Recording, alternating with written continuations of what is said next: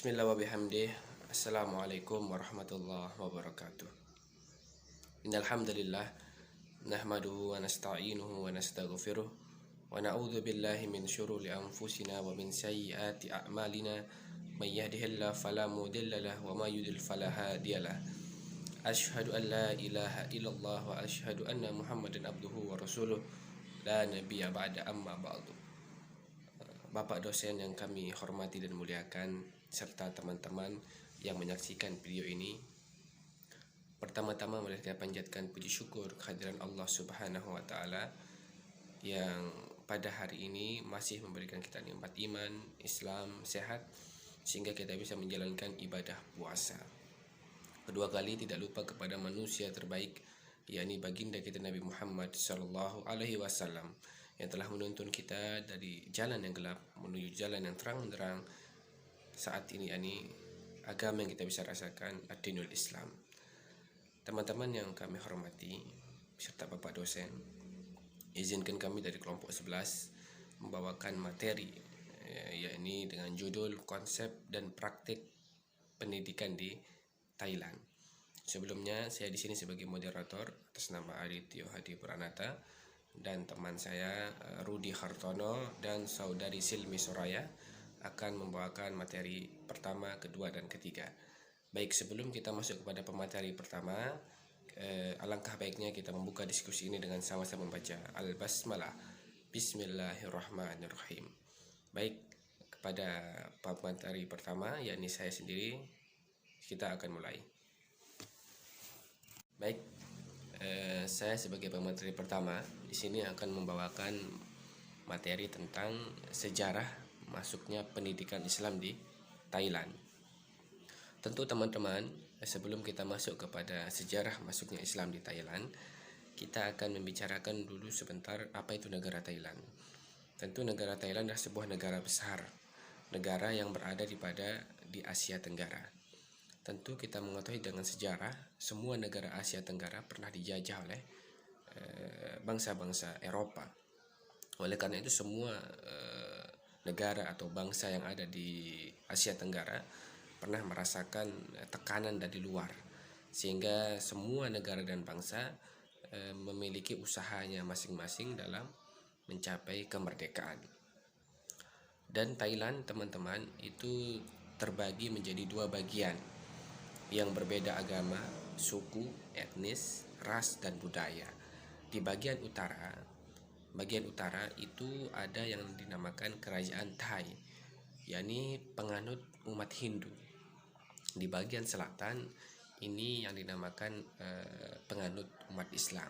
Jadinya dua daerah yang berbeda agama, suku, ras, etnis, dan budaya. Itu untuk negara Thailand. Baik, kita masuk kepada sejarah masuknya pendidikan Islam di Thailand.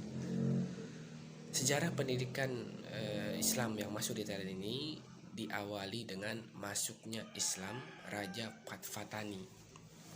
Masuknya Islam Raja Fatani yang dengannya masuk Islam, dia mengganti nama menjadi nama Raja Ismail Shah. Raja Ismail Shah. Tentu dengan masuknya Islam raja ini, begitu penganutnya banyak sekali yang masuk, sehingga di bagian selatan ini termasuk agama Islam yang terbanyak yang tersebar. Ketika Raja Ismail Shah ini masuk, maka kehidupan di sana menjadi makmur. Bagian Fatani ini juga disebut sebagai wilayah, sehingga wilayah Fatani ini banyak dijadikan oleh bangsa dan negara lain untuk menjadi tempat singgah untuk perdagangan. Sehingga waktu demi waktu Raja Fatani atau Raja Ismail Shah ini memanfaatkan momen, karena di situ tempat persinggahan perdagangan internasional, maka memanfaatkan para ulama dan cendekiawan muslim untuk mengajarkan beliau dan keluarga kerajaan mengajari ilmu agama. Tentu para ulama dan cendekiawan muslim mengajarkannya di istana dulu, dengan menggunakan bahasa Jawi, ya, bahasa Jawi. Sehingga waktu demi waktu wilayah Fatani ini menjadi pesat dengan perkembangannya. Sehingga pada waktu itu Raja Fatani atau Raja Ismail Shah menginisiatif untuk memberikan peluang untuk para ulama dan cendekiawan muslim untuk mendirikan pondok pesantren. Sehingga ada sebuah ulama dari Jawa yang mendirikan pondok pesantren untuk pertama kali. Sehingga dari sana bukan saja istana tempat belajar ilmu agama, tetapi sudah bisa di pondok-pondok yang terdekat. Sehingga Islam menjadi tersebar sangat luas. Waktu demi waktu, sehingga para ulama-ulama dan cendekiawan muslim mengajari masyarakat Fatani, sehingga agama ini tersebar dengan sangat luas, ya. Dan bagian Fatani ini, teman-teman, juga termasuk. Bismillahirrahmanirrahim. Nama saya Rudi Hartono. Saya pemateri kedua, yakni tentang konsep pendidikan di Thailand. Adapun pendidikan di Thailand ini ialah terbagi menjadi 3 bagian. Yang pertama ada pendidikan formal, pendidikan non formal, dan juga pendidikan informal. Pendidikan formal ini terdiri dari 2 bagian. Yang pertama ada pendidikan dasar, pendidikan tinggi. Selanjutnya pendidikan non formal ini juga terbagi menjadi 3 bagian. Yang pertama ada program sertifikat kejujuran. Selanjutnya ada program short course sekolah kejujuran. Selanjutnya ada pendidikan ada program interest group. Nah, sehingga pada kenyataannya proses pendidikan ini ialah bersamaan dengan awal masuknya agama Islam. Sehingga proses pendidikan dengan masuknya agama Islam ini beriring-iringan atau bersama-samaan gitu.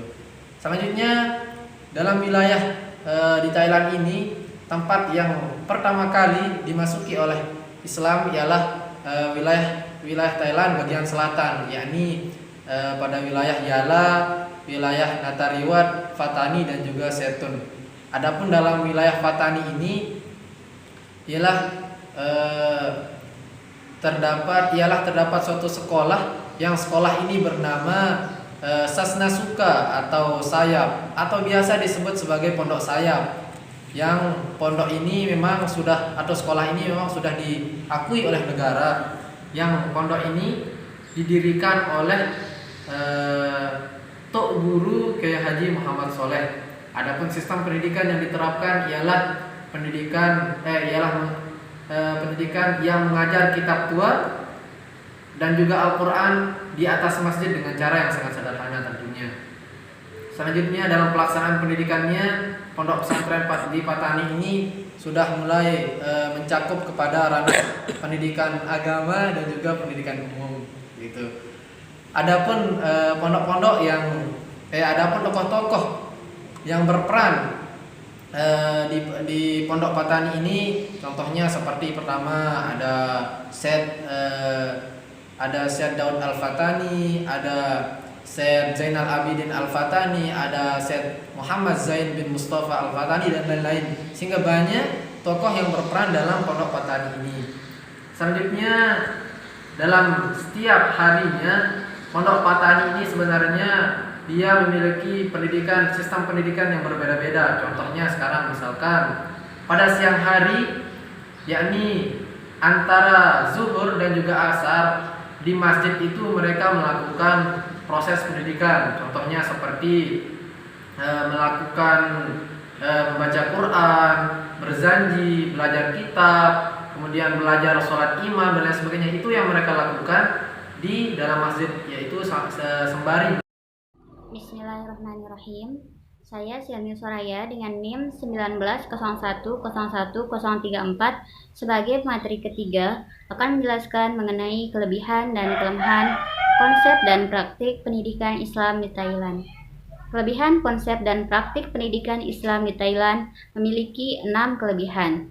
Yang pertama, sistem pendidikan Islam di Thailand berbentuk pondok pesantren, yaitu berbentuk halaqah, di mana para murid-murid duduk melingkari guru. Yang kedua, pendidikan Islam di Thailand tidak memakai sistem klasik.